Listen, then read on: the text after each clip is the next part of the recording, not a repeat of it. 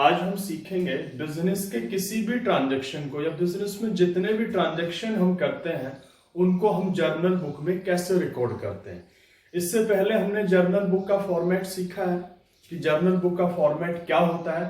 अब हम सीखेंगे बिजनेस ट्रांजैक्शन को जर्नल बुक में सबसे पहले हम कैसे लिखते हैं, कैसे रिकॉर्ड करते हैं और उसका प्रोसेस क्या है।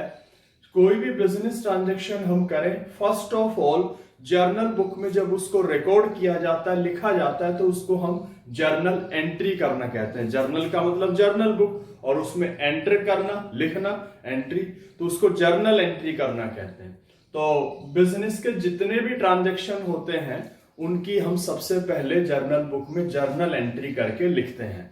तो जर्नल एंट्री करना सीखेंगे। देखिए, अकाउंटिंग साइकिल में हमने सीखा था कि सबसे पहले अकाउंटिंग की बात करें तो अकाउंटिंग की स्टार्टिंग होती है ट्रांजैक्शन से। कौन से ट्रांजैक्शन? जो बिजनेस से रिलेटेड हो, यानी कि बिजनेस ट्रांजैक्शंस। आप बिजनेस के ट्रांजैक्शंस करोगे और उनको सिस्टमैटिक जब हम रिकॉर्ड करते हैं, उनका लेजर बुक हम बनाते हैं, ट्रायल बैलेंस हम बनाते हैं, फाइनेंशियल स्टेटमेंट्स हम बनाते हैं, उस पूरे प्रोसेस को हम अकाउंटिंग कहते हैं। ठीक है, तो बिजनेस ट्रांजैक्शन से अकाउंटिंग स्टार्ट होती है और बिजनेस ट्रांजैक्शन को सबसे पहले जब हम रिकॉर्ड करते हैं उस बुक का नाम है जर्नल। अकाउंटिंग साइकिल में हमने इसको डिस्कस भी किया है। तो सबसे पहले किसी भी बिजनेस ट्रांजैक्शन को जर्नल बुक में लिखा जाता है। इसका नाम जर्नल है लेकिन ये एक बुक होती है, इसलिए इसको जर्नल बुक कहते हैं। आजकल तो ये सब कुछ कंप्यूटर में होता है, लेकिन हम जो बेसिक चीजें पढ़ रहे हैं, अकाउंटिंग जब मैन्युअली हुआ करती थी, तो या आज कोई मैन्युअली अकाउंटिंग करे तो सबसे पहले बिजनेस ट्रांजैक्शन को जिस बुक में वो रिकॉर्ड करेगा उस बुक को हम जर्नल कहते हैं। अब जर्नल बुक में रिकॉर्ड करने का जो प्रोसेस है वो जर्नल एंट्री यानी कि सबसे पहले कोई भी ट्रांजैक्शन बिजनेस का होगा उसकी जर्नल एंट्री होगी। जर्नल बुक में एंट्री कर देना, उसको हम जर्नल एंट्री कहते हैं। तो जर्नल एंट्री कैसे होती वो हमें सीखना है। और स्टूडेंट्स, अगर आपने जर्नल एंट्री अच्छे से सीख ली तो समझो आपको मोस्टली अकाउंटेंसी आ गई।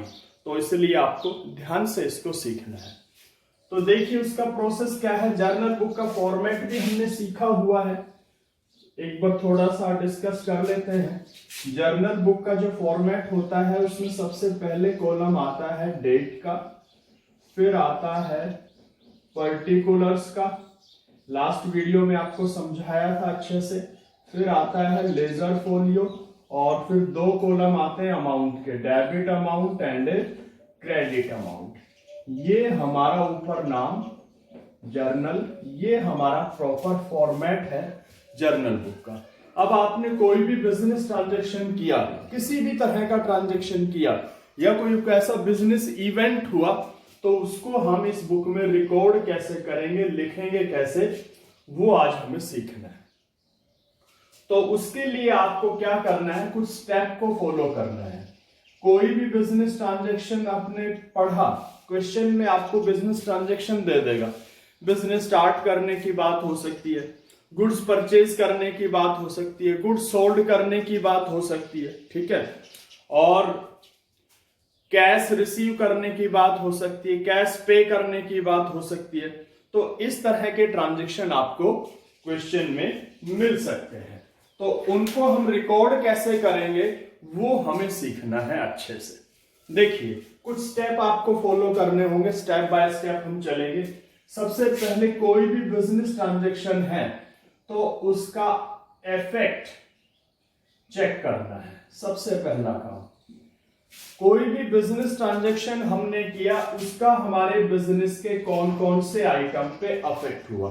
अकाउंटिंग इक्वेशन हमने सीखी है पीछे, उसमें यही चीज सीखी थी या यही चीज उसने सिखाई थी उस चैप्टर में कि कोई भी ट्रांजैक्शन करते हो उसका बिजनेस पे किस तरह से अफेक्ट होता है, कौन सी चीज इंक्रीज होती है, कौन सी चीज डिक्रीज होती है। और हमारा जो ये अकाउंटिंग सिस्टम है ये ड्यूल एस्पेक्ट पे डिपेंड करता है पूरा सिस्टम, यानी कि दोहरा लेखा प्रणाली है, डबल एंट्री सिस्टम जिसको हम कहते हैं। कोई भी ट्रांजैक्शन आप बिजनेस का करोगे या बिजनेस से रिलेटेड कोई भी इवेंट होगा, उसके डबल इफेक्ट तो हमारे बिजनेस पे होने ही होने। ऐसा कोई ट्रांजैक्शन होता ही नहीं है या हो नहीं सकता जिसका सिंगल इफेक्ट होता हो। हाँ, कुछ ट्रांजैक्शन ऐसे भी हो सकते हैं जिनके डबल से ज्यादा मींस ट्रिपल या 4 टाइम्स भी इफेक्ट हो सकते हैं। तो सबसे पहले इफेक्ट चेक करना है। कैसे चेक करोगे? आपने जो ट्रांजैक्शन किया उसका इफेक्ट किस किस आइटम पे हुआ, और हर आइटम का हम अलग अकाउंट बनाते हैं, तो आप ऐसे भी कह सकते हो कि उसका इफेक्ट किस किस अकाउंट पे हुआ। जैसे एक छोटा सा एग्जांपल ले लेते हैं समझने के लिए, सिंपल सा। और जैसे परचेज फर्नीचर इन कैश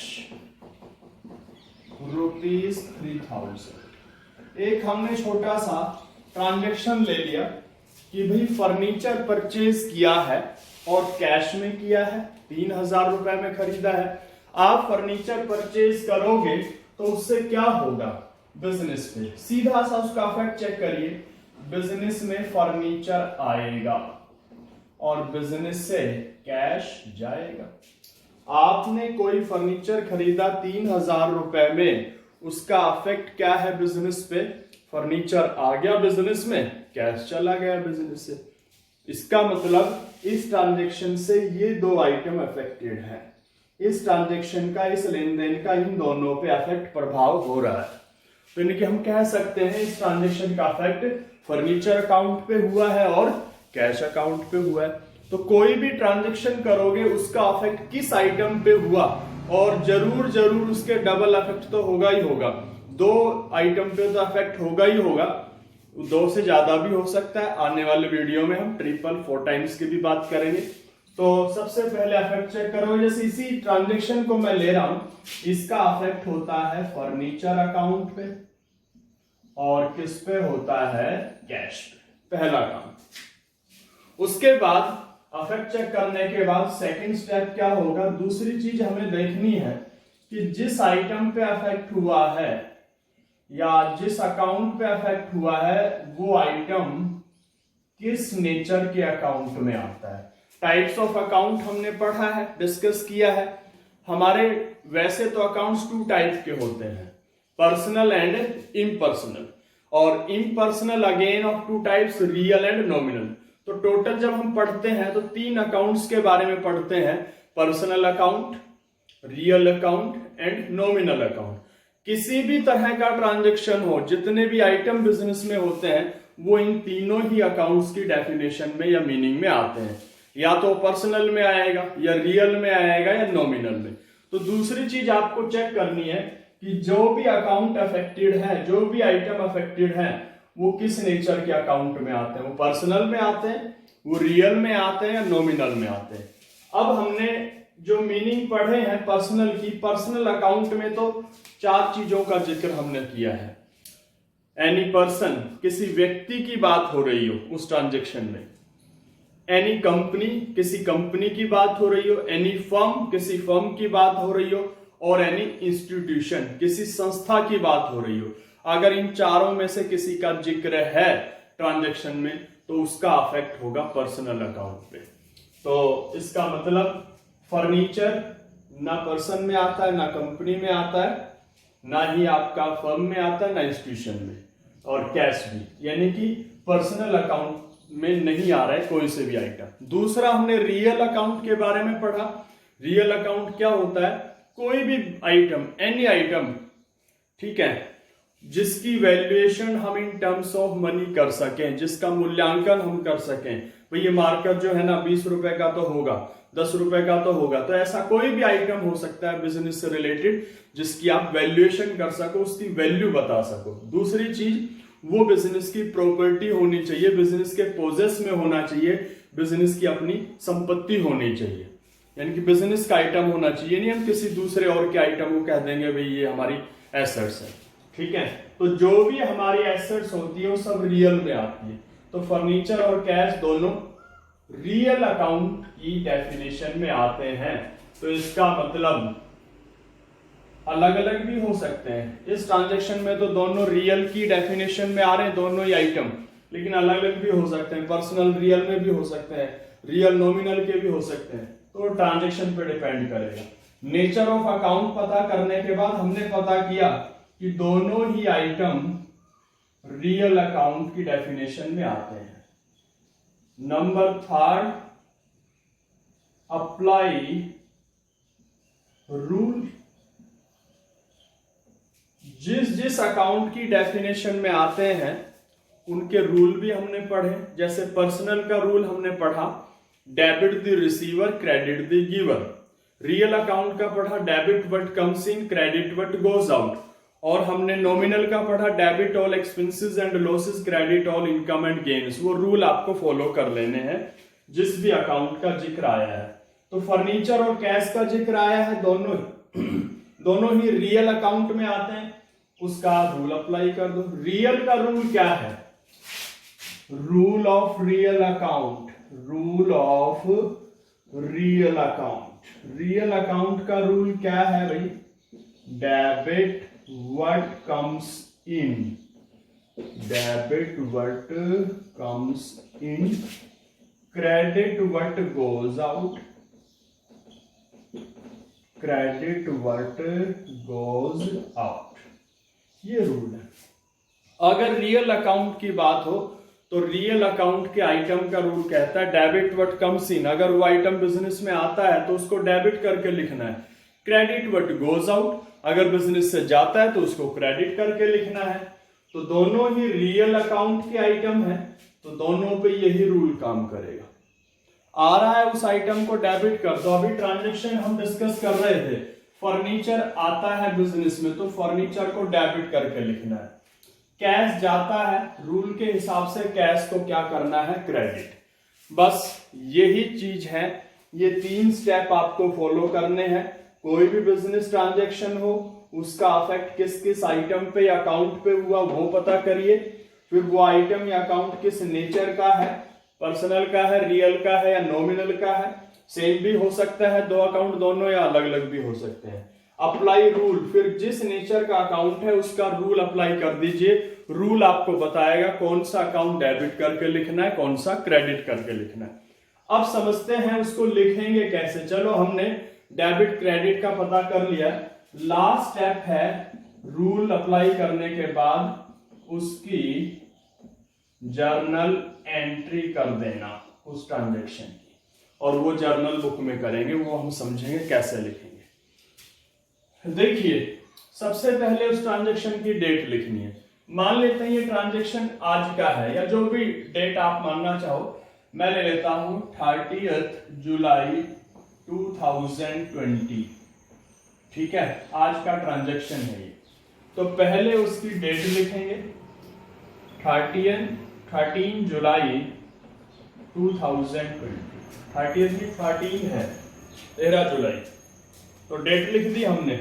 अब पर्टिकुलर्स, उसका विवरण ट्रांजैक्शन का क्या है? विवरण कहता है उसमें कैश और फर्नीचर की बात हो रही है, तो उनको हमें लिखना है। डेबिट और क्रेडिट करके लिखना है। फर्नीचर को डेबिट करना है, जैसा रूल हमने डिस्कस किया। देखिए, लिखने का तरीका क्या है। डेबिट वाला अकाउंट हमेशा ऊपर लिखा जाएगा, डेबिट वाला ऊपर। डेबिट वाला अकाउंट कौन सा है? फर्नीचर, शॉर्ट फॉर्म में अकाउंट और शॉर्ट फॉर्म में डीआर। डेबिट वाले अकाउंट को हमेशा ऊपर लिखना है, क्रेडिट वाले को नीचे। और लेकिन लिखने का रूल क्या है, तरीका क्या है? बिल्कुल उसके पैरेलल नहीं लिखेंगे, थोड़ा सा हटा के 2 लगा के लिखेंगे। क्रेडिट वाले अकाउंट के साथ 2 लगाने की किससे हुआ है? फर्नीचर अकाउंट डेबिट हुआ है कैश अकाउंट से, तो कैश अकाउंट को क्रेडिट लिख देंगे। डेबिट वाले का अमाउंट डेबिट वाले अकाउंट के सामने, क्रेडिट वाले का क्रेडिट के सामने। ये तरीका है किसी भी ट्रांजैक्शन को जर्नल बुक में रिकॉर्ड करने का। और एक ट्रांजैक्शन से हम सिंपली आज समझ रहे हैं कि किसी भी ट्रांजैक्शन को हम कैसे जर्नल बुक में रिकॉर्ड करते हैं। एक चीज और, ये एंट्री पूरी कब होगी? जब इसकी आप नरेशन लिखोगे। नरेशन का मतलब क्या है? जो ट्रांजैक्शन आपने लिखा है, उसकी एंट्री की है, उसका मीनिंग शॉर्ट से शॉर्ट फॉर्म में लिख देना। उस एंट्री का मतलब क्या है? ये एंट्री किस चीज की हुई है? फर्नीचर परचेज करने की हुई है। तो हम लिख देंगे फर्नीचर परचेज्ड इन कैश, नगद में खरीदा है। बस अपने वर्ड्स में लिख देना है उस एंट्री का मीनिंग क्या है। तो स्टूडेंट्स, ये जर्नल एंट्री करने का तरीका है कि किसी भी ट्रांजैक्शन को जर्नल बुक में रिकॉर्ड कैसे करते हैं, ये हम सीख रहे थे एक सिंपल से एग्जांपल से। तो आज आप इसको समझोगे, सीखोगे और कुछ ट्रांजैक्शन की अपनी प्रैक्टिस करोगे। आने वाले वीडियो में हम और ट्रांजैक्शन की प्रैक्टिस करेंगे और आपको बताया जर्नल एंट्री अकाउंटेंसी का बेसिक फॉर्मेट है। ये अगर आपने सीख लिया तो अकाउंटेंसी आपके लिए काफी इजी होने वाली है।